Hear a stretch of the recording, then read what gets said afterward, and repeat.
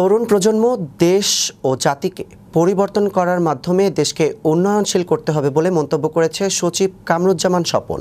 নোয়াখালী প্রতিনিধি আজিজ আহমেদ জানান, তরুণ প্রজন্মের মাধ্যমে দেশ ও জাতিকে পরিবর্তন করার মাধ্যমে দেশকে উন্নয়নশীল করতে হবে বলে দাবি করেছেন গণপ্রজাতন্ত্রী বাংলাদেশ সরকারের অবসরপ্রাপ্ত সচিব কামরুজ্জামান চৌধুরী স্বপন।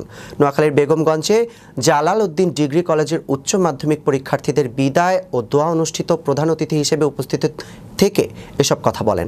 সোমবার দুপুরে অত্র কলেজের হলরুমে অতিথিদেরকে ফুলের শুভেচ্ছা ও ক্রেস্ট প্রদানের মাধ্যমে শিক্ষক পরিষদের সম্পাদক মুফাজ্জল হোসেনের সঞ্চালনায় কলেজ গভর্নিং বোর্ডের সভাপতি মোহাম্মদ মঞ্জুরুল আজিম সুমনের সভাপতিতে ও জালাল উদ্দিন ডিগ্রি কলেজের অধ্যক্ষ রশিদ আহমেদের সার্বিক তত্ত্বাবধানে বিশেষ অতিথি হিসেবে উপস্থিত ছিলেন উপজেলা নির্বাহী অফিসার আরিফুর রহমান, নোয়াখালী সড়ক ও জনপদ বিভাগের প্রকৌশলী সাম্য তালুকদার, চৌমুহনী সাধারণ ব্যবসায়ী সমিতির কার্যকরী সভাপতি মোর্শেদুল আমিন ফয়সাল।